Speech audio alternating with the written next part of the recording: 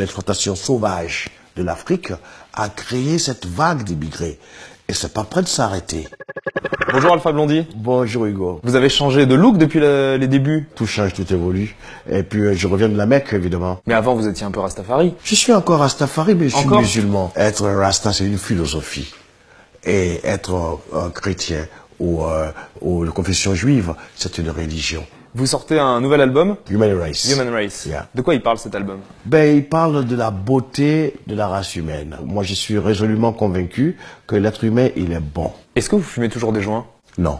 Plus du tout? Ça fait 25 ans. C'est vrai? Oui. D'ailleurs, dans ma loge, il est interdit de fumer. C'est vrai? Et dans mon groupe, je peux dire sans prétention aucune, nous sommes le seul groupe reggae où personne ne fume des joints.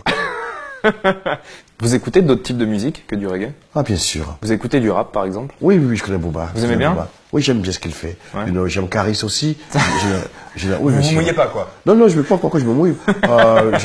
J'ai reçu Caris dans ma radio à Abidjan, Ouais. ok, avant leur duel à Orly. Ça arrive.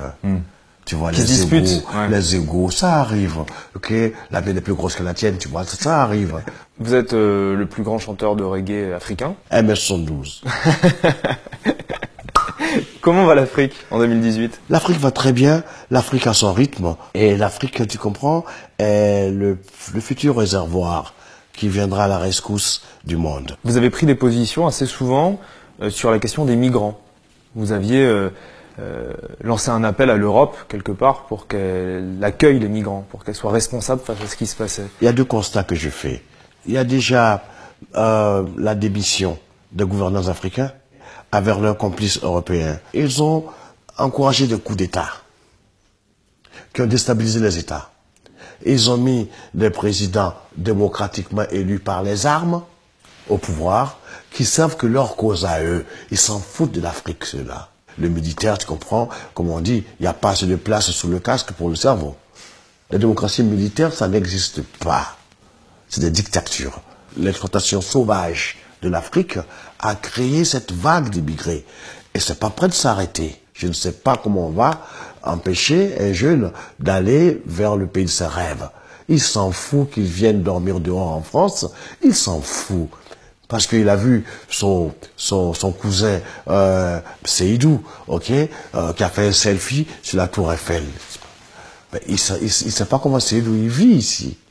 Il veut aussi venir. Et les politiques ne peuvent rien faire pour changer cela. Parce que les enfants du président viennent en vacances sur la Côte d'Azur. Le ministre a étudié dans les universités françaises. Quand la femme du ministre a une carie dentaire, elle vient se la faire arracher, tu comprends, à Neuilly, de la clinique. Et puis on dit à l'autre, ne viens pas, allez, reste dans ta crotte, ok? Et puis ne gémis pas trop fort. Parce que quand tu gémis, là, ça m'empêche de dormir. Qu'est-ce que vous dites aujourd'hui à un jeune africain qui quitte son pays pour traverser la Méditerranée en risquant sa vie pour venir vivre son rêve en Europe? Qu'est-ce que vous lui dites? Vous qui connaissez l'Europe et l'Afrique. Alors, je vais lui dire une chose et il va me répondre une autre. Je vais lui dire, mon frère, ne prends pas de risques bêtes comme ça. L'Europe, ils ont 3 millions de chômeurs, ok?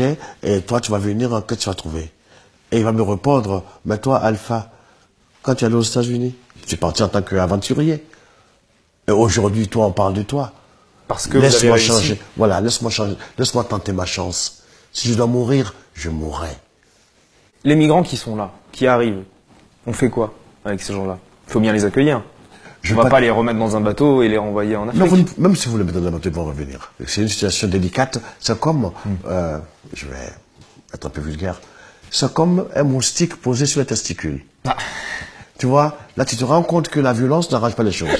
Tu es obligé de lui chanter, tu vois, une berceuse pour qu'il s'envole. Va falloir trouver une solution très douce. Et qu'est-ce qu'il faut faire alors pour les gens qui dirigent l'Europe? Eh ben, il faut accueillir les gens dans des soigner conditions. le mal à la source.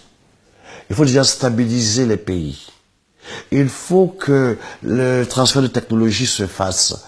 Comment donner les moyens, les industries pour transformer nos matières premières? Il faut forcément créer des usines qui vont occuper les jeunes. Il faut motoriser l'agriculture. Et l'Afrique a son heure qui viendra et toute l'humanité en profitera.